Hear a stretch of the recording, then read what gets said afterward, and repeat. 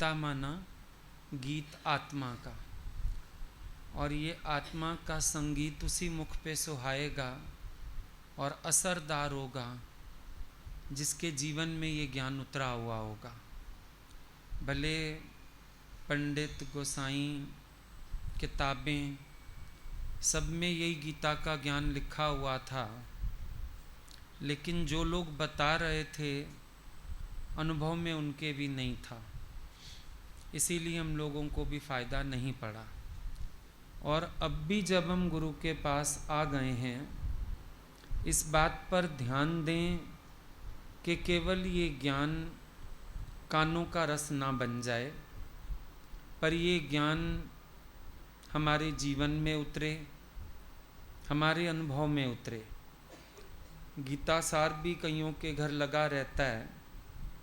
अब उसमें पहली बात है, क्यों व्यर्थ चिंता करते हो। लेकिन ये किसी ने सोचा नहीं कि चिंता व्यर्थ है। उसमें लिखा क्यों व्यर्थ चिंता करते हो। आपने सोचा चिंता करना व्यर्थ है, असल में चिंता व्यर्थ है। चिंता करने की कोई ज़रूरत ही नहीं है। चिंता वाकी कीजिए जो अनहोनी होए। कल भी हम बात कर रहे थे, इतने सालों हो गए सृष्टि चलते हुए और सारे पक्षी रात को पेड़ पे सोते हैं।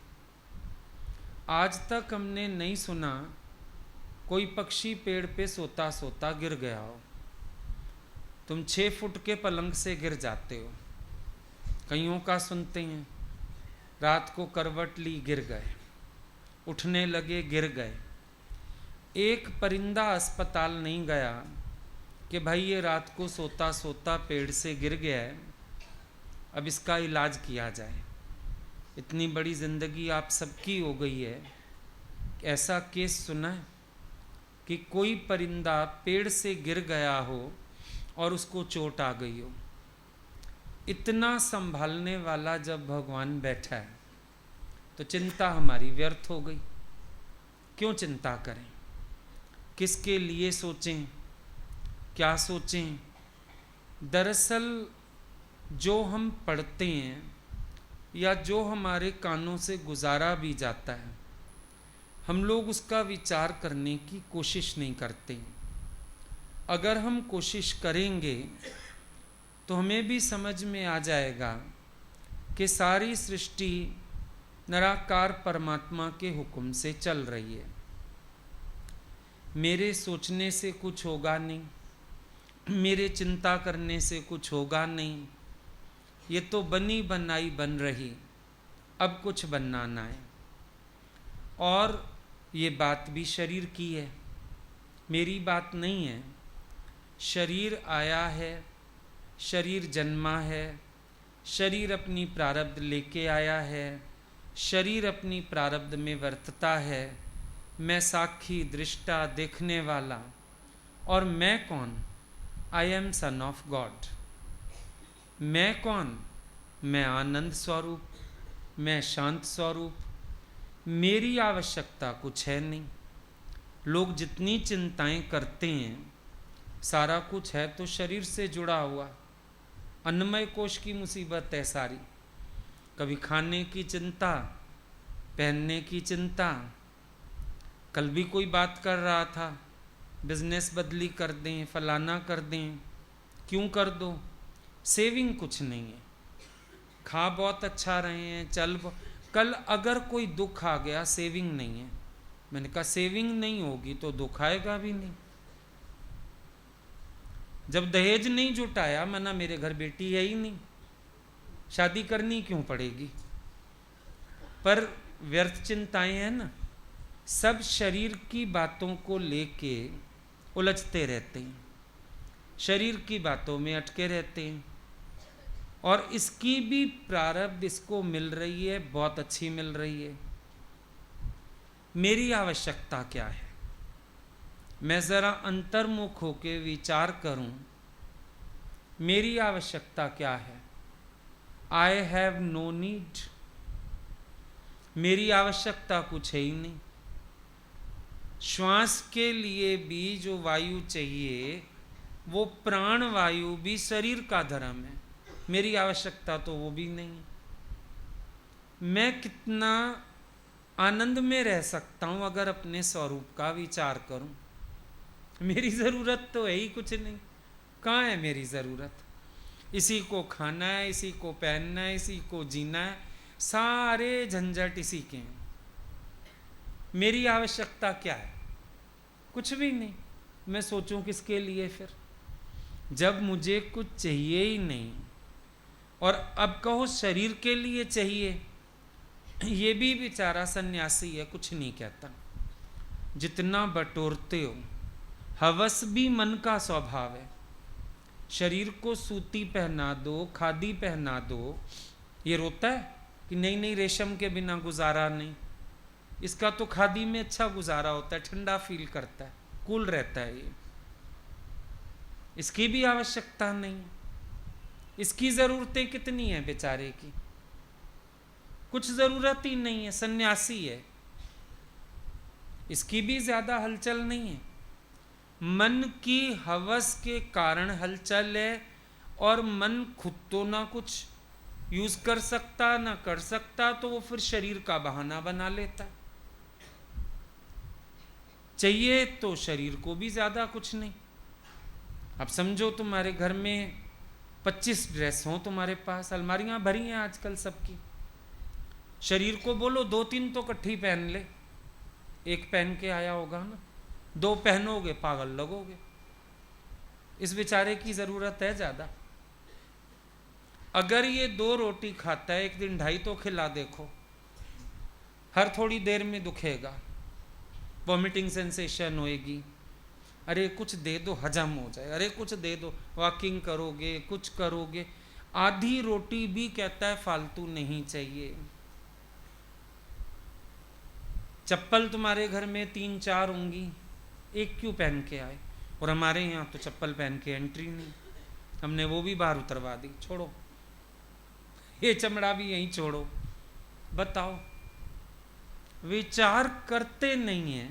नहीं, गीता सार का पहला लाइन बहुत काफी है आनंद में आने के लिए, क्योंकि सारी चिंताओं के साथ भगवान ने व्यर्थ शब्द लगा दिया। क्यों व्यर्थ चिंता करते हो? इसका सुख मिथ्या, इसका दुख मिथ्या।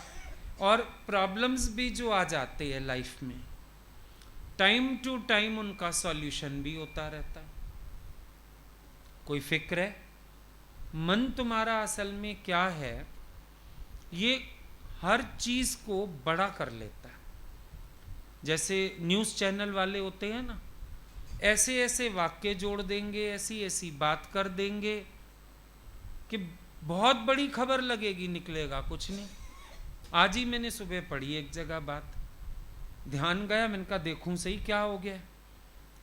धरती कांपी, पत्थर निकले,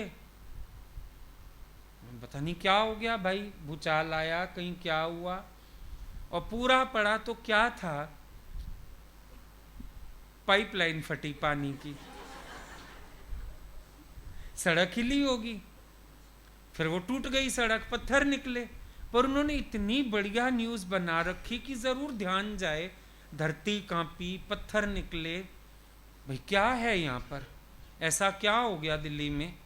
कुछ नहीं, एक पाइपलाइन फट गई पानी की, उससे सड़क हिली होगी, पानी आया नीचे, लोगों ने देखा सड़क हिल रही है, फिर सड़क फट गई, पत्थर आ गए।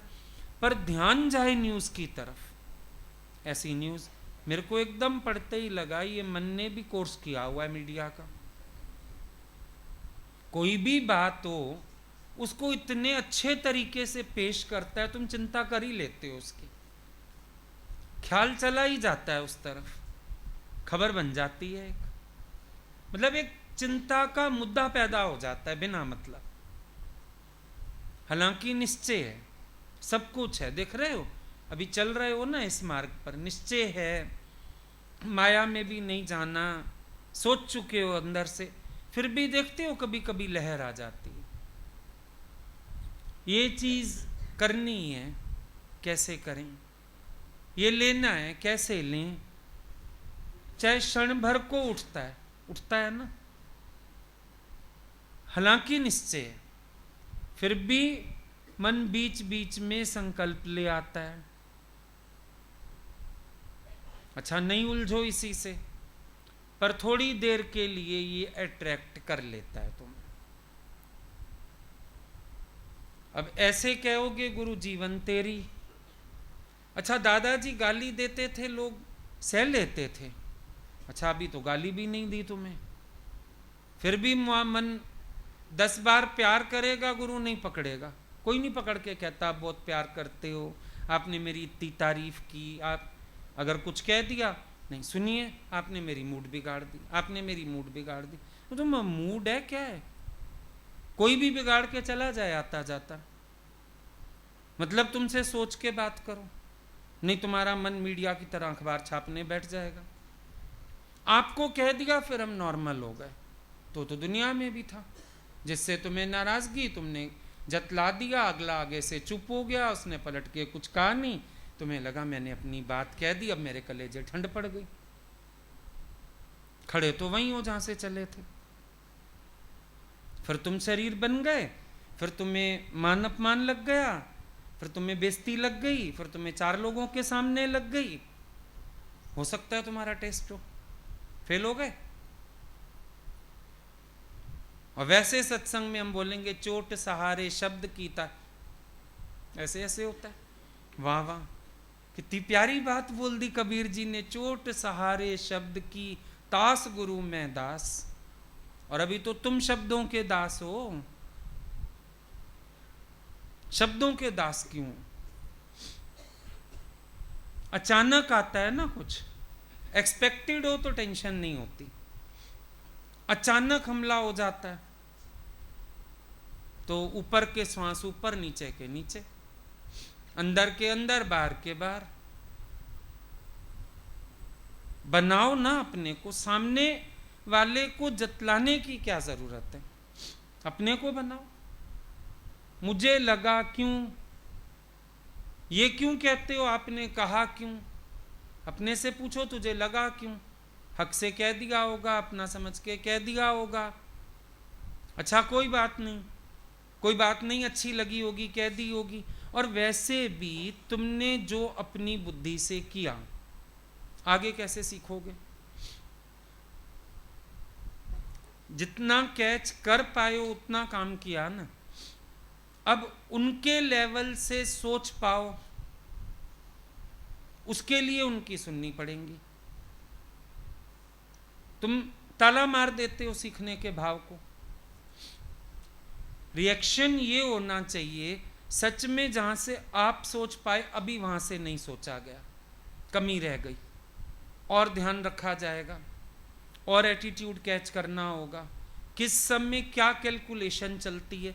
भगवान कहते थे मेरे दिमाग में क्या कैलकुलेट होता है तुम्हें वो समझ आना चाहिए।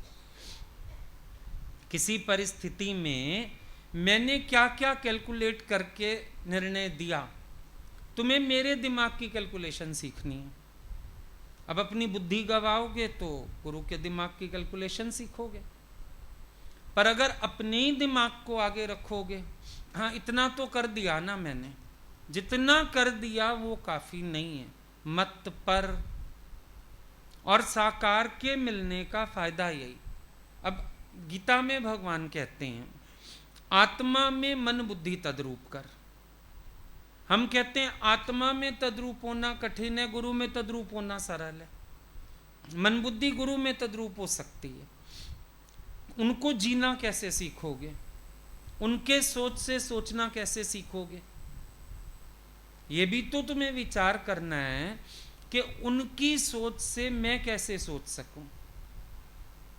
आना तो उस मंजिल पर है ना कि एग्जैक्ट मत पर चल सको। गुरु के दिमाग में ये रहता है कि तुम मेरी मत पर क्यों नहीं आ गए अभी तक, और तुम ये सोचोगे मैं इतना अच्छा तो कर दिया मैंने, गुरु सेटिस्फाइड नहीं होगा उससे। इतना अच्छा कर दिया तुम्हारी बुद्धि ने जितना कैच कर लिया, लेकिन अभी और आगे की बात भी तो करनी है, वहीं क्यों खड़े रहना है। खुश होने की क्या बात है इसमें? मैंने इतना किया। और कारण आने पर ही भूलें होती हैं। मन सोचता है कोई कारण है, आज कुछ ना सिखाओ, कारणों में ही सीखोगे। पानी के बिना तो कोई तैरता नहीं, रेत में सिखाऊं क्या तैरना? पानी में ही सीखोगे। तो वहां भी फिर व्यर्थ चिंतन आ गया, क्योंकि जब positive side of the picture ना देखी गई, negative side of the picture व्यर्थ चिंतन है। वो पार्टी नहीं है तुम्हारे ज्ञान का, लीव इट असाइड। रिएक्शंस क्यों हो, मूड क्यों बिगड़े, बी नॉर्मल एंड नेचुरल। ये ज्ञान कब पक्के करोगे? ये पक्का करो ना,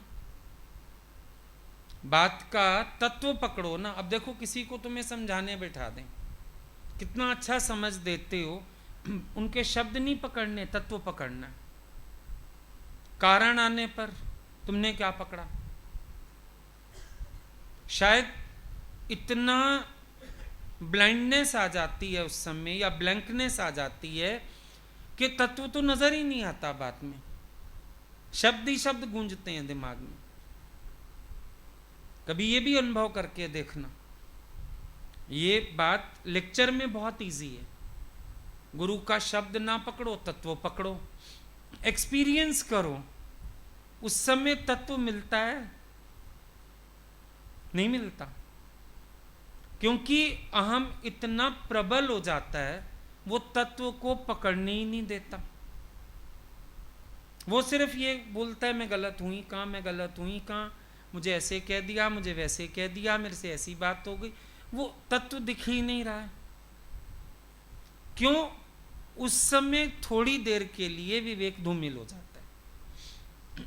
अब दूसरे की स्थिति भी समझो। अभी तक तुम बिना स्थिति समझे प्रीच करते हो, अब स्थिति समझो सामने वाले की, कि उसके साथ भी यही होता है।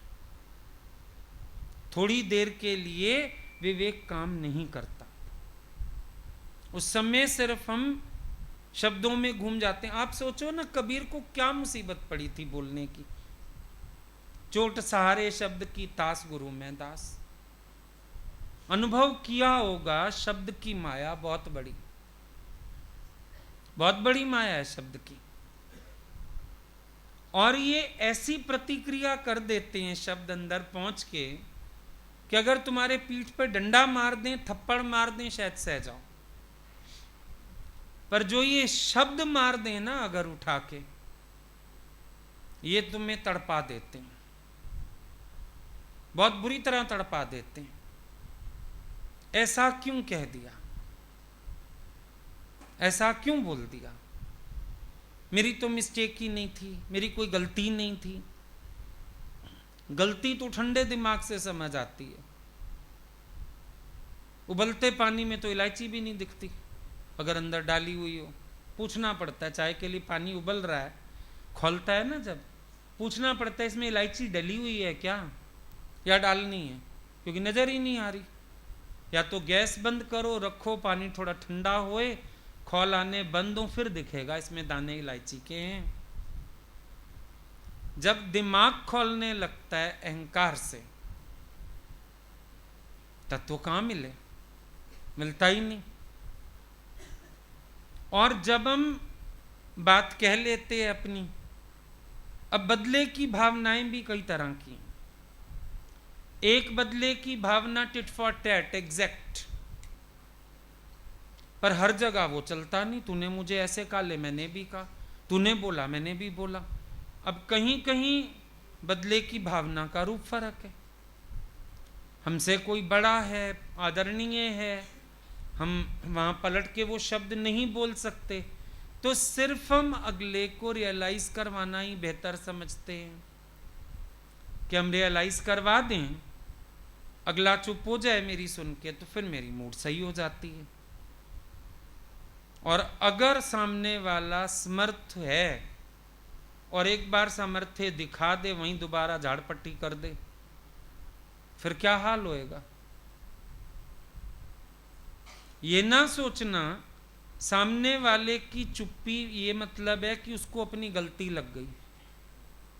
नहीं, उसको समझ में आ गया तुम्हारा मैदा खराब है, इम्यूनिटी नहीं है और नहीं सह पाओगे, चुप्पी तो इसलिए साध ली, अभी बोलने का फायदा नहीं, भीतर जाएगा कुछ नहीं, अभी चलो शांत करो, ठीक करो, क्या किया जाए। लेकिन मन ठंडा क्यों हुआ? बदले की भावना पूरी हुई। जितना मैं कह सकता था, जितना मैं कर सकता था, मैंने उतना कर लिया। I am relaxed. अब अंदर वाला ठीक हो गया। बस कह ली ना, अब हम ठीक हो गए। कह क्यों ली? कहने की जरूरत क्यों पड़ी? अंदर अंदर गुम नहीं हो सकता, खत्म नहीं हो सकता, ऊपर नहीं उठ सकते हो। फिर आया ना उतनी देर के लिए तुम्हें व्यर्थ चिंतन ने घेरा। ये मन तुम्हारा समय ऐसे चुराता है। उतनी देर के लिए तुम्हें फिर व्यर्थ चिंतन ने घेरा और तुम्हें वो चिंतन व्यर्थ नहीं लगा, तभी तुम उस चिंतन के साथ थे। तुम्हें लगा मेरा मन जितनी बकवास कर रहा है व्यर्थ व्यर्थ व्यर्थ व्यर्थ कह के काटा भी नहीं गया, उसको सुना। फिर उसने मौका ताड़ा, मैं मौका ढूंढूं और कहूं अपनी, बता तो दूं मेरे को बुरा लग गया, कह तो दूं मुझे अच्छा नहीं लगा। ये उस व्यर्थ चिंतन का परिणाम। क्योंकि जब हम कोई चिंतन करते हैं फिर हम एक निर्णय पे पहुंचते हैं। मन जो चिंतन कर रहा है वो फिर अपने हक का कोई निर्णय करता है, तब उसको शांति पड़ती है। अगर टूटी टांग वाली घोड़ी पे दूल्हा बैठा दिया, जब तक दूल्हा नहीं उतारोगे घोड़ी टांगे मारेगी, उसको दर्द है बेचारी को। ये तुम्हारे मन की जो घोड़ी है ना, इसकी भी अगर गुरु मार दे हड्डी पे एक दो तो ये कूदती है। फिर जब तक ये एक दो लात पलट के मार ना ले, ये घोड़ी चैन नहीं लेती तुम्हारी, फुदक रही है, अंदर उछलता है। तो एकदम शांत कैसे हो गया? बस आपने सुन ली, आपको बता दिया ना। आपको बताते तो हम ठीक हो जाते हैं, मुझे बताने से कोई ठीक नहीं होता, अपने मन की कह लेने से ठीक हो गए। श्रद्धा मत बनाओ जबरदस्ती की, और मुझे इन्फ्लुएंस मत करो। मेरी कहीं लग जाती है तो मुझे ही पलट के कहा तो ठंडे हो गए तुम, क्या मतलब हुआ इसका? What does it mean? पूछो जरा अपने से। ये मन तुम्हारा व्यर्थ चिंतन नहीं छोड़ता, सही चिंतन करता तो बड़ा खुश होता। आज सुबह सुबह आपने एक सीढ़ी और चढ़ा दिया मुझे, एक नई दिशा दे दी आपने आज मुझे अभी और कितना सीखना है। आज आपने मुझे फिर कॉन्शियस कर दिया, सीखा हूं पर अभी पूरा नहीं, आपके हिसाब से नहीं, और मेहनत करूंगा।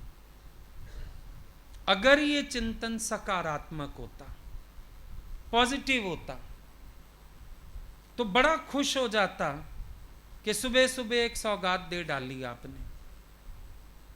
सौगात पर तुम लोग मानते ही दूसरी चीजों को, सूट साड़ी दे दें तो सौगात दे दी, एक फ्लावर दे दें सौगात, तारीफ कर दें, आज तो बड़ी मेहरबानी, आज तो आप बच्चों पे दयाल, इतनी प्रशंसा, आज आपने इतनी मेहरबानी, ओहो उठाई नहीं जा रही, आपकी मेहरबानी का है।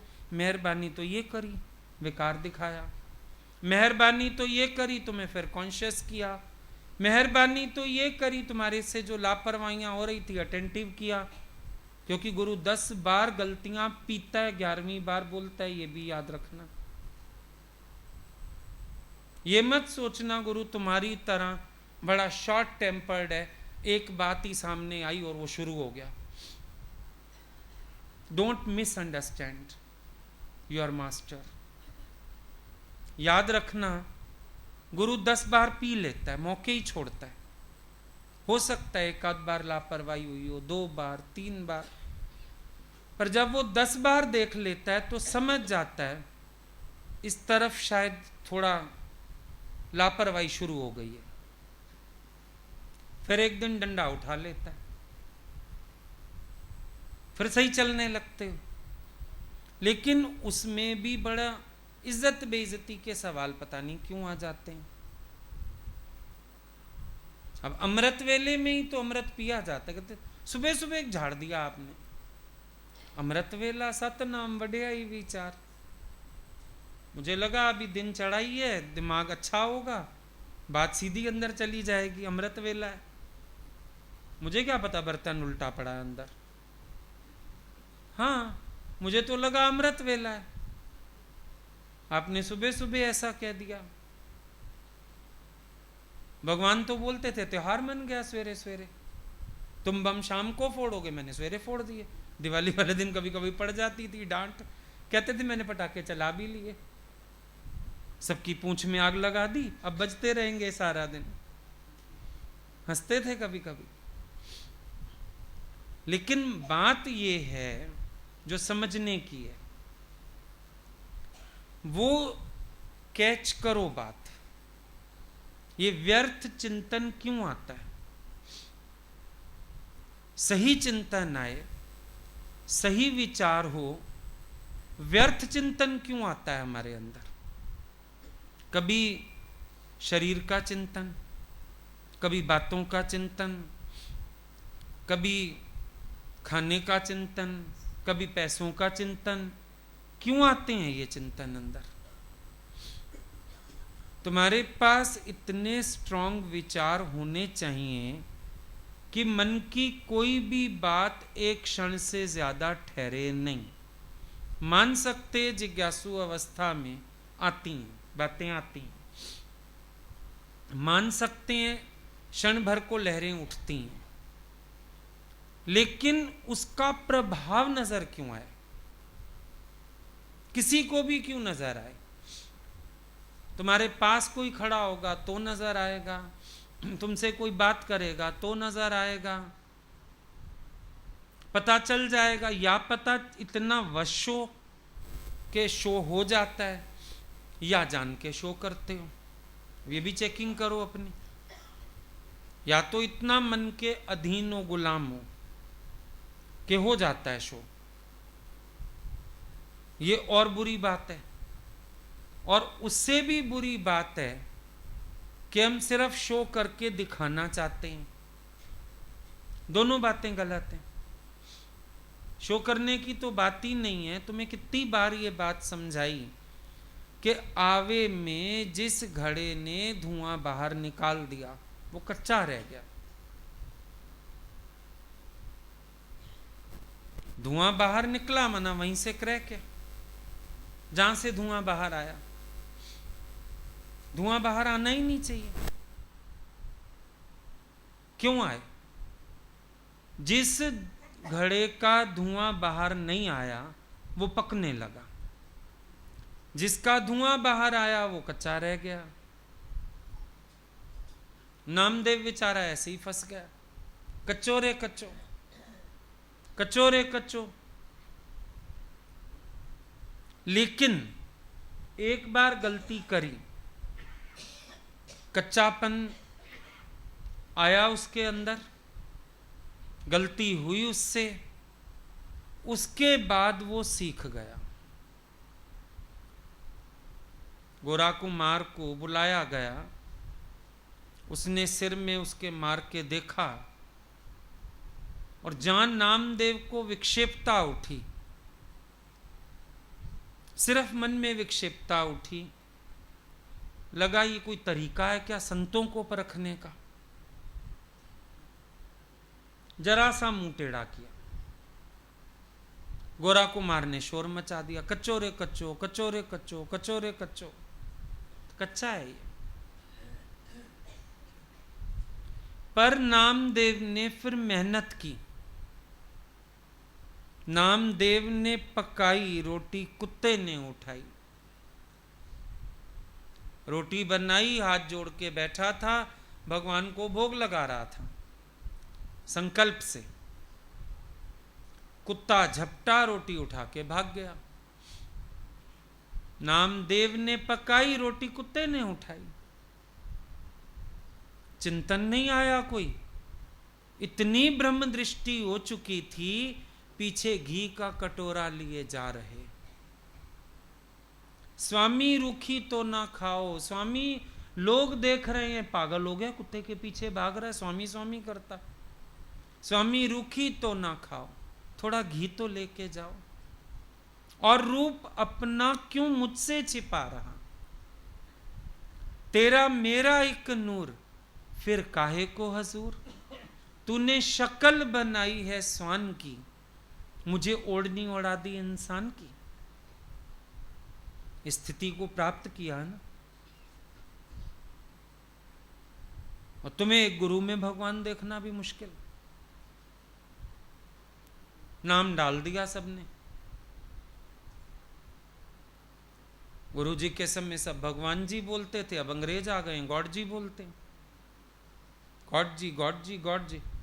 गॉड जी तो बेचारे हैं, फिर गॉड जी तो गॉड जी नहीं लगते तुम्हें। तो गॉड जी हैं तो कुछ भी करेंगे, कभी भी करेंगे। उसको कुत्ते में भी दिख गया भगवान। यहां जिसको गॉड जी कहते हो उसमें भी गॉड जी दिखते नहीं। सोचो, अगर सच में गॉड जी हैं तो फिर गॉड जी का अंत किसने पाया? फिर गॉड जी की महिमा क्या समझी तुमने? ये काम गॉड जी कर सकते हैं, दूसरा तो कोई कर भी नहीं पाएगा। ये भी ध्यान रखना। दूसरा तो तुम्हारा लिहाज करेगा, बड़ी सेवा करते हो, नाराज ना हो जाओ, ऐसे ना हो जाओ। ये काम भी गॉड जी कर सकते हैं। ये काम भी गॉड जी कर सकते हैं कि आज कहना है तो आज ही कहना है, अभी कहना है तो अभी कहना है। दूसरा तो सोचेगा अभी नहीं कहते, आज फलाना दिन है, आज फलाना वार है, आज त्योहार है, आज खुशी का समय है। ये काम भी गॉड जी कर सकते हैं। तुम्ही ने नाम रखा हुआ, हमने तो नहीं कुछ कहा तुम्हें। तुम ही कहते हो गॉड जी, तो फिर गॉड जी अपनी महिमा दिखाते हैं, कभी कभी ऐश्वर्य और विभूतियां दिखाते हैं। देख, विराट रूप दिखाते हैं, कभी कभी कर दर्शन। गॉड जी जो हैं, या तो गॉड जी कहना बंद करो, और गॉड जी हैं तो फिर तुम लीला देखनी शुरू करो। गॉड जी हैं तो फिर तुम अपने को मिटाना शुरू करो। कुछ तो करो ना। अकारण मन तुम्हारे पास थोड़ी देर भी क्यों आता है? क्यों बैठता है आके? अब तो स्थिति ये होनी चाहिए, ये मन भी सारा दिन तुम्हारा राम नाम पे नाचे। कल बड़ा अच्छा किसी ने वो दिखाया एक वीडियो, तो वो गा रहे हैं हरे रामा हरे कृष्णा, और एक पक्षी बैठा है टेबल पे, वो भी नाच रहा है उस पे, ताल पे। जैसे जैसे वो तेज करते हैं वो भी तेज करता है, वो धीरे करते हैं धीरे करता है। जब एक परिंदा भी सीख गया ताल पे नाचना, अर्थ आता हो या ना आता हो, पर ताल प्यारी लग गई है उसको, वो उस ताल पे नाचता है। तो भगवान की ताल के साथ नाचना तेरे लिए क्या मुश्किल है? जब जीवन भगवान को दी, एक संसार में भी अगर इंसान शादी करके जाता है तो फिर पति की ताल पे ही नाचना पड़ता है ना। हम भगवान की ताल पे क्यों नहीं नाच सकते? जिए हलाई तिए वावा।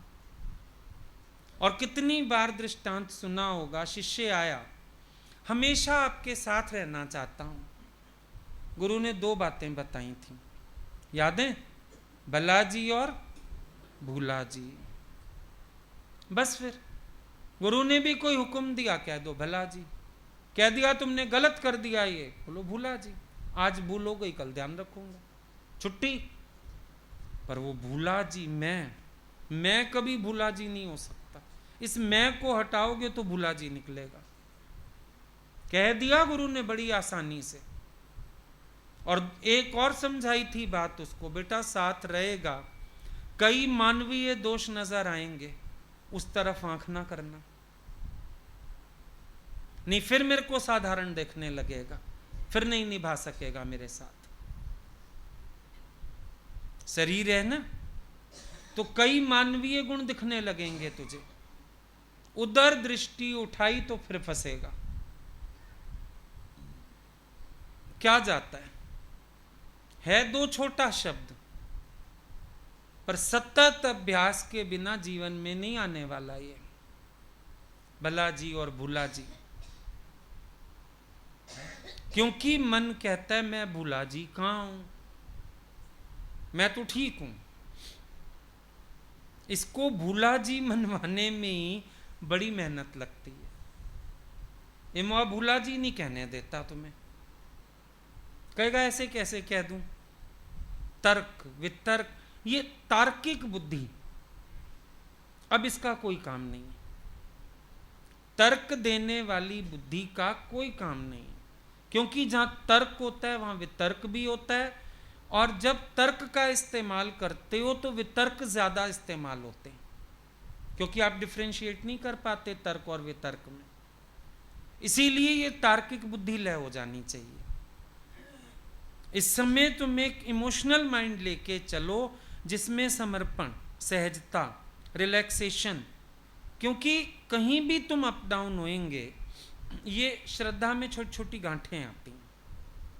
कई बार तुम मान जाते हो बाहर से, इलाज तो कोई है नहीं, फंस गए आके, लेकिन थोड़ा भी नेगेटिविटी कभी कभी ना ये गांठें बनती हैं। इसीलिए नहीं होना चाहिए मन के अधीन कभी भी। जिंदगी भर एक चुभन रहती है, फिर फलानी बात हुई थी, फलानी बात हुई थी, तब ऐसे बोला था। बहुत मुश्किल हो जाता है कभी कभी बातों को अंदर से पूरी तरह मिटाना, नहीं आने देनी चाहिए। हमेशा हमारे पास पॉजिटिव साइड होनी चाहिए, हमेशा। क्षण भर को भी नहीं उलझने देना अपने को, कैसी भी बात है। सेठ कहे सागर का पानी मीठा, तेरे बाप के घर से क्या जा रहा है, बोल दो हाँ जी मीठा। तुम कहोगे नहीं खा रहा है, मैंने चक्के देखा है। अच्छा आपके लिए लाऊं, आप चक्के देखोगे, फिर वो आगे गुरु है, वो कहेगा सूरज सोखेगा समुद्र का पानी, फिर जब बरसेगा मीठा होके बरसेगा। वो लेक में जाएगा मीठा हो जाएगा, तेरे घर आएगा तो पिएगा उसको, फिर भी तो मानोगे, वो गुरु है। तो फिर भी जीव होके बोल रहा है, तो फिर भी मन बुद्धि से बोल रहा है, वो सृष्टि का नियंता है। तेरे हर कुतर्क का तर्क है उसके पास, इसलिए उससे कभी नहीं उलझना चाहिए, अंदर से भी बाहर से भी कभी नहीं उलझना चाहिए। क्योंकि अगर उसकी मर्जी आ गई ना, तुम ले आओ नमक वाला पानी सागर से, वो यहां आते तक मीठा हो जाएगा। तुम्हें ना विश्वास हो ये भी करके देख लेना, जिस दिन उसने कहना है ना सागर का पानी मीठा, वो वहां से नमक भी हटा लेगा, मीठा करके छोड़ेगा। तुम क्या कर लोगे उसमें, नहीं कर पाओगे। गुरु नानक ने क्या किया, रीठे कभी मीठे होते हैं, साबुन बनता है उनसे। उनको भूख लगी है, कहता खा लो। रीठे कौन खाए बाबा, खाओ। अब खाए तो रीठे मीठे, ये क्या है, सोच के देखो ना ये क्या है। तो कहे से पानी मीठा सागर का कह दो हाँ। तुम्हें क्या करना, ना तुम पीने जा रहे हो, ना तुम नहाने जा रहे हो, ना तुमने कोई सब्जी बनानी है, उससे तुम्हारा क्या जा रहा है। वो कह रहा है मीठा है, कह दो मीठा है। भगवान जाने किस समुद्र का पानी मीठा किए बैठा हो, पता नहीं किस भगत के लिए कौन सी लीला किए बैठा हो। सुना था दृष्टांत, वो भगत वहां उस पर इल्जाम लग गया, तराजू के खोट बता दिए, और यहाँ बैठे वो गुरु गोविंद सिंह जी यूं यूं रेजगारी हाथ में लेके यूं यूं कर, ये क्या हो रहा है। कह रहे हैं कुछ नहीं, वहां मेरे भगत को फंसा रहे हैं, मैं उसके खोट पूरे करता जा रहा हूं। वो वहां तराजू में रखता है सामान, मैं इधर बाहर कर देता हूं, इधर कर देता हूं, भगत को नहीं हारने दूंगा मैं। फिर कुछ नहीं पता, प्रकृति भी गुलाम है उनकी, कुछ भी पलटा खाएगा। तो बेहतर है कह दो हाँ जी हाँ, तू किस खेत की मूली है, फिर सीधा बोल दो हाँ जी हाँ, खत्म। मुस्कुरा के कह दो हाँ जी गलती हो गई, कल से नहीं करूंगा। व्यर्थ चिंतन घोटते जाओगे, घोटते जाओ, घोटो, क्या निकलेगा। पानी में मधानी मारने से क्या मिलेगा? अच्छा, आज नहीं कल मानोगे तो उन्हीं की, फिर इतना समय भी क्यों खोया? पता नहीं कौन सी बरकत थी बात में भी, पता नहीं तेरी बुद्धि को कौन सा धक्का मार रहे थे, जान छूटती तेरी, पर पता नहीं क्यों मन अड़ाते हो। रहमतें ऐसे ही मिलती हैं। हम लोगों ने अनुभव किया, खास अनुभव किया। भगवान की गाली से भी कुछ मिल जाता था, उनकी डांट में भी कुछ मिल जाता, बुझे मारते थे ऐसे कभी कभी, उसमें भी कुछ मिल जाता था। लगता था अंदर घटा दिया कोई परिवर्तन इन्होंने। आज हम लोग तो आपस में ऐसा करते थे, वो फलानी तो अंदर गई थी, कहती हाँ पंजा साहब लगाए मेरे को आज, यूं करते थे। हम लोग आपस में कहते थे पंजा साहब लगाए भाई, कोई बरकत करी होगी, ऐसे तो बुझा भी नहीं मारा होगा उन्होंने, कौन सी बड़ी बात है। धकबुझे भी मिलते थे, कोई बात उनके मन रन ऐसे करके बोलते थे, दांत भी भींच लेते थे, ऐसे भी बोल करते थे। पर धीरे धीरे समझ आ गया, हरकत में बरकत। वो तो उंगली ना हिलाएं ऐसे, हरकत में बरकत तो है। तो व्यर्थ चिंतन की जगह हम शुद्ध चिंतन भी तो ला सकते हैं, अगर विचार करके देखें तो शुद्ध चिंतन भी तो लाया जा सकता है मन में। हम व्यर्थ चिंतन क्यों करें, व्यर्थ बातों में क्यों जाएं? अब जगत की जितनी बातें हैं व्यर्थ बातें, नाम रूप की जितनी बातें हैं व्यर्थ बातें। अब इन सब बातों से अगर हम ऊपर उठना चाहते हैं तो हम अपने स्वरूप में आ जाएं, ज्ञान का निश्चय करें, हर चीज को पॉजिटिव एटीट्यूड से देखना शुरू करें, काम बन जाएगा वहां पर। कितनी देर तो हम लोग अपने स्वभावों से भी तो गवाते हैं ना समय, व्यर्थ की मारें खाते, बरकत वाली झोली उल्टी करके खड़े हो जाते। एक बात जिंदगी में गांठ बांध लो, रंजो गम के पर्दे में भी तुम उपकार करते हो, मेरे को निश्चय है। भले बाहर से मेरे को दिख रहा हो रंज गम, कुछ भी दिख रहा हो, लेकिन तुम उपकार ही करते हो, भावना उपकार की है, क्योंकि गुरु को तेरे से पर्सनली कुछ चाहिए नहीं, पर्सनली कुछ नहीं चाहिए उसको, सेवा भी नहीं चाहिए, सेवा भी तुम्हारी संतुष्टि है। क्योंकि बाबा जी तो चलते चलते भी खा लेते, भक्तों के लिए रीठे मीठे हो सकते हैं, तो बाबा जी को आप कमी पड़ी है कोई? और बाबा जी तो बिना खाए भी चलते हैं, वो यहीं तो रोते थे बाला मर्दाना, इसको भूख ही नहीं लगती, प्यास ही नहीं लगती, हम ही को कहना पड़ता है खाना है, हम ही कहते हैं प्यास लगी, चुपचाप चलता रहता है मजे से। तो बाबा जी का तो बड़ा कंट्रोल है अपने ऊपर। गुरु इतना भीतर से निष्काम ना होवे तो किसी के जीवन में परिवर्तन ना घटे। वो इतना निष्काम है, हरदम सावधान है, हरदम। हम संग रहते हैं, हम सेवा करते हैं, हम सब करते हैं, पर वो हरदम सावधान है, उसको किसी की सेवा का भी आसरा नहीं है, अगले की जीवन व्यर्थ हो जाएगी। और अगर वो आए तुम्हारे भावों में, एहसान मानना शुरू करे तुम्हारा, तो तुम्हें सच कहने से चूक जाएगा, ये भी बात पक्की, चुकने लगेगा, क्योंकि उसके अंदर लिहाज बनने लगेगा। गुरु हमारा इतना उपकार करता है कि अपने अंदर हमारे लिहाज की भावना भी नहीं बनने देता। कितने हम करीबी होंगे, कितने हम प्यारे होंगे, कितने हम सेवक होंगे, वो अपने अंदर तुम्हारा लिहाज भी नहीं पैदा होने देता, मिटा देता है बिल्कुल।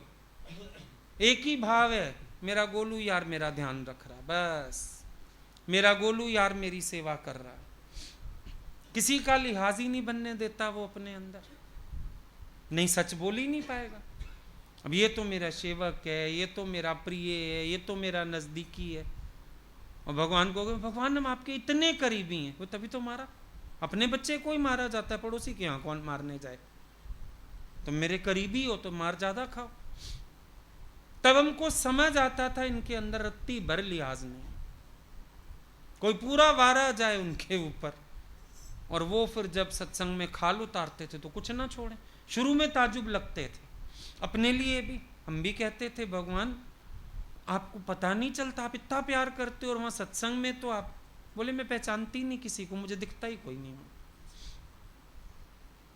ज़्यादा वो होते थे तो कहते थे देखते हो किसी किसी को माता आ जाती है, उसको थोड़ी पता चलता है कौन है सामने, वो तो अपना झूल रही है आंखें बंद करके। बोले मेरे को भी वहाँ माता आ जाती है, मुझे नहीं पता लगता कौन है, पर जो आ जाए सामने, जो आए थापी खाता है खस के, है ना। पढ़ देखे होंगे ना तुमने जिनको माता आ जाती है, मत्था टेकने जाते हो क्या करती हैं, दे जोर से थापी मारती, इतनी जोर से लगती है फिर भी कहते हैं जय माता दी। तो जितनी जोर से पढ़े बोलो जय गुरांधी, जय गुरांधी, जय गुरांधी, जय गुरांधी बोल, नाम देओ धाम देओ रखो चरना कोल। यहाँ ये नहीं करना कि क्यों पढ़ी, थापी पढ़ी है सवेरे सवेरे, आशीर्वाद, शाबाश, कमर सीधी कर दी सवेरे सवेरे, टेढ़ी हो रही थी बहुत, जरा सी टेढ़ी हो जाए कमर तो फिजियोथेरेपी करवाते, तुम थेरेपी के बिना सीधी कर रहे हो तो परेशान हो जाते हो। जरूरत ही नहीं पड़ेगी जिंदगी में कभी कमर की थेरेपी कराने की, अगर गुरु से कमर सीधी करवा लोगे तो। व्यर्थ चिंतन में मन नहीं जाना चाहिए, मेन मुद्दा ये, गीता सार समझ लो कि अभी सत्संग सुनते हुए भी तुम्हारा मन व्यर्थ चेष्टाएं बहुत करता है, व्यर्थ हैं चेष्टाएं, जो सुन रहा है, जो बातें कर रहा है, व्यर्थ ही तो है सारी की सारी। अच्छा चलो कोई रिएक्ट कर देता है, कई फिर बाहर से रिएक्ट नहीं करते, चुप मौन, हमने जवाब ही नहीं दिया। वो जवाब जो नहीं दे रहा, भूला जी जो नहीं कह रहा, सॉरी जो नहीं कह रहा, उस मुँह के अंदर भी मन आया बैठा है, कंठ पे चढ़ा बैठा है उसके भी मन, वो अंदर अंदर बड़बड़ कर रहा, मेरी गलती नहीं है, मेरी गलती नहीं है, मेरी गलती नहीं है, मेरे को बिना मतलब डांट पड़ गई, मेरे को ऐसे कह दिया। ये ना सोचना जो बाहर से रिएक्ट नहीं कर रहा, मौन है, वो कोई बड़ा सधा हुआ है, हम उसके अंदर के शैतान को भी देख पाते हैं कि शैतान चढ़ बैठा है इसके मन पर और कंठ पर। वो ये भी नहीं कहने दे रहा हाँ जी मेरे से भूल हुई, वो शैतान कह रहा है चुप करके साइड होके खड़ा हो जा, तू कितना ही कर ले तू, तुझे तो डांटी मिलनी है, बहुत बकवास कर गया अंदर वाला। तुमने सोचा खाली तुमने सुना, जैसे तुमने सुना वैसे हमने सुना। क्या समझते हो गुरु को, तुम क्या समझते हो? तूने सोचा, मैंने मन ही मन बड़बड़ाया, मन किसने बनाया? और अगर एक फोन तुम सुन रहे हो, लैंडलाइंस होती है ना कनेक्टेड, पिक्चर में देखा है, नीचे पति बात कर रहा है, ऊपर पत्नी ने भी उठा लिया फोन, जैसे ही तूने मन का रिसीवर उठाया गुरु ने भी उठा लिया, सुनो क्या हो रहा है, मन क्या क्या बता रहा है इसको। वो बहुत सियाने, वो खुश होते, मैंने तो कुछ रिएक्ट ही नहीं किया बाहर से, अंदर जो इतने सारे रिएक्शन हुए, मुंह पे जो नक्शे बदले, अफगानिस्तान, पाकिस्तान, हिंदुस्तान, ऑस्ट्रेलिया, अमेरिका, कितने कॉन्टिनेंट्स आए, सारे नजर आ रहे थे। वो लाल लकीरें, पीली लकीरें, नीली लकीरें, वो ये माथे पे त्योरियां, वो जो निराशा, वो जो मूड अपसेट, आया ना व्यर्थ चिंतन अंदर। बड़ी मुश्किल बनाना पड़ा फिर अंदर वाले को, तिलक राज तू चुप हो जा, गुजारा तो है नहीं, क्या करेगा। विचार फिर भी यही देते हो, गुजारा तो है नहीं, अब क्या करेगा, चुप तो करना पड़ेगा, सुनना तो पड़ेगा। पर फिर भी बात ये, गलत में था तो नहीं,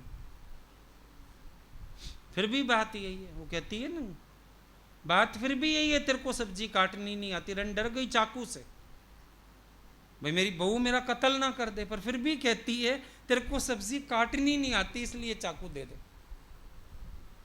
वो मन तुम्हारा अड़ा फिर भी वहीं रहता है, I am right, I am right, और गुरु कह रहा है यू आर रॉन्ग। बड़ा बुरा लग रहा है, मैं रॉन्ग, मैं तो आया सोच के ये कि सवेरे सवेरे हार पड़ेगा, खुश होएंगे, वहां तो कहानी हमेशा अपोजिट मिलेगी बेटा।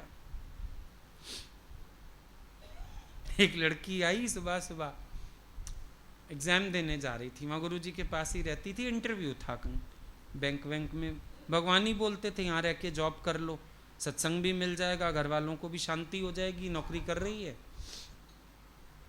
राह देते थे। अब उसको लगा भाई गुरु के यहाँ रह रही हूँ और सुबह सुबह जा रही हूँ पेपर देने या इंटरव्यू देने, दर्शन करके जाऊं। और ये जाने रात को कहीं से देर से आए थे और उसने सवेरे सवेरे बेल बजा दी, कोई ना उठा, दरवाजे खटका दिए। उसको लगा शायद कोई लड़की सुन नहीं रही, लड़कियां कहीं सामने दूर कोठरी में, भगवान आंगन में, पास दरवाजा। खुद उठ के चले गए, इनकी आंख खुली, बाकी सब सो रहे थे। दरवाजा खोला, क्या है?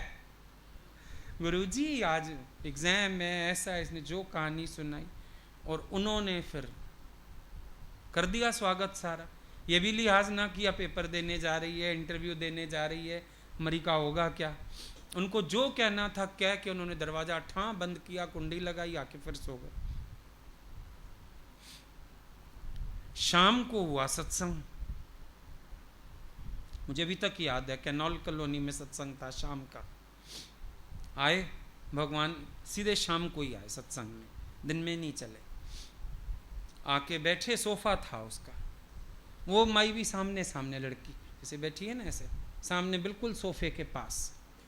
बड़े प्यार से उनकी, वो चप्पल पहन के बैठते थे सोफे तक, देखा होगा तुमने, यहाँ भी जब आए थे तखत पे ऊपर तक चप्पल लेके आते थे। बड़े प्यार से उसने चप्पलें लेके भी साइड रखी भगवान की, मम्मी जी की। कैसेट बंद हुई, पॉइंट भी सबसे पहले बोली, वो स्थिति दिखा रही थी कि मैंने मूड नहीं खराब किया, कुछ नहीं किया। उसने कोई बताया ज्ञान का पॉइंट, उसको कहते सुबह क्या लगा तुझे? कहती है भगवान मेरे को तो एक ही विचार आया, ये भी तेरी एक लीला है, अपमान के रूप में प्यार मिले। चप्पल उठा ली भगवान ने तो नीचे से, अपमान के रूप में प्यार मिले। और अच्छे पहलू खोले, बोले सबसे पहले तुझे अपनी गलती रियलाइज होनी चाहिए थी। किसी से पूछ, रात को देर से तो नहीं सोए, आज दरवाजा बंद है, क्या बात है? सबसे पहले तेरे को अपनी गलती समझनी चाहिए थी और तू ज्ञान उठा के चल दी मूर्खों वाला। गलती नहीं महसूस हुई, तूने नींद बिगाड़ी, हमें परेशान किया, सुबह सुबह हमें गुस्सा दिलवाया, तेरे को ये सब समझ नहीं आया। और ऊपर से अपमान के रूप में प्यार मिले, बोले लगा तो अपमान, लगा तो अपमान ना। बाद में तूने अब उसको प्यार कहना शुरू कर दिया, अपमान के रूप में प्यार मिले। वो पहली बार थी मैंने उनका ये वाला रूप देखा था, ऐसे लगा भी इसकी चप्पल से धुलाई हो जाएगी। पर जो सत्संग चला, सत्संग समझने वाला था। कैसेट भी नहीं भरने दिया उस दिन भगवान ने, वो कैसेट ऑन करने लगी, उसको भी मार दिया हाथ। सिर्फ सत्संग में ध्यान दो, समझो सब सत्संग। व्यर्थ की बातें करते हो, कैसेटें भर के ले जाते हो, मेरे को कोई नहीं समझता। बहुत जोश भी किया लेकिन बहुत समझाया भी। तो उस दिन समझ में आई ये बात, गुरु की बात को ये वाला रूप भी नहीं देना, अपनी गलती का भी पछतावा हो और उसके बाद ज्ञान भी राइट एटीट्यूड से लें। बोले अपमान के रूप में प्यार लग रहा है ना, तो अपमान की भावना तो आई। गुरु से कोई मान अपमान होता है? गुरु की बात पे भी तुम्हें अपमान लग गया, मतलब तुम गुरु से मान की इच्छा करते हो? सोचने वाली बात है ना। और अगली सोच रही है मेरी इतनी ऊंची स्थिति, मुस्कुरा के सामने बैठी हूं, जरा मूड नहीं खराब किया, बात अच्छी है। पर भगवान बोले तुम्हारा जवाब होना चाहिए था, भगवान सॉरी, सबसे पहले मुझे शर्मिंदगी हुई, मेरी वजह से आपकी नींद खराब हुई, आपको जोश करना पड़ा सुबह सुबह। पहले तो तुम माफ़ी लेती, फिर तुम प्यार से बोलती कि मुझे समझ में आया कि मैंने अपनी गलती पे ही तो मार खाई है। तो कोई बात ही नहीं थी, अपमान और प्यार और फलाना, ये सब विचार क्यों? तो देखो कभी कभी हम ज्ञान भी उल्टा पुल्टा पकड़ लेते हैं, गुरु को वो भी सीधा करना पड़ता है। भगवान बोले तेरे अंदर ये तो चलना ही नहीं चाहिए था। जैसे भजन में आता है ना, घर अपने नु आके चुपचाप में मुंह नु सीता। बस बात ये होनी चाहिए, चुप्पी में अपना आगे बढ़ो, सीख जाओ बात को। जहां तुमसे भूल हो रही है, जहां तुम्हारे अंदर कोई विकार आ रहा है, उसको सीखो। लेकिन ये नहीं कि फिर हम ज्ञान ओट लें या अपनी गलती को कबूल ना करें। दोनों बातें गलत हो जाती हैं। ज्ञान का ओटना भी गलत है। ये ज्ञान का ओटना हो गया, अपमान के रूप में प्यार मिले, उनको और बुरी लगी बात। ये तो तरीका नहीं है बात करने का, और वो भी गुरु से। और गुरु को ये कहना कि अपमान के रूप में मुझे प्यार मिल गया, मतलब उनकी बात की भी धज्जियां उड़ा दी तुमने कि चाहे तुमने अपमान किया, हम तो प्यार ही समझे। कितना फिर गुरु को हम लोगों को एक एक बात को बैठ के क्लियर करना पड़ता है, समझाना पड़ता है, विचार देना पड़ता है। वरना चलते चलते भी ना चिंतन ही हमारा कहीं और चल देता है। निकले कहीं और के लिए, पहुंच कहीं और गए। समझना कुछ और था, समझ कुछ और गए। पकड़ना क्या था बात, पकड़ कुछ और ली। तो कभी कभी ये नुकसान हो जाते हैं।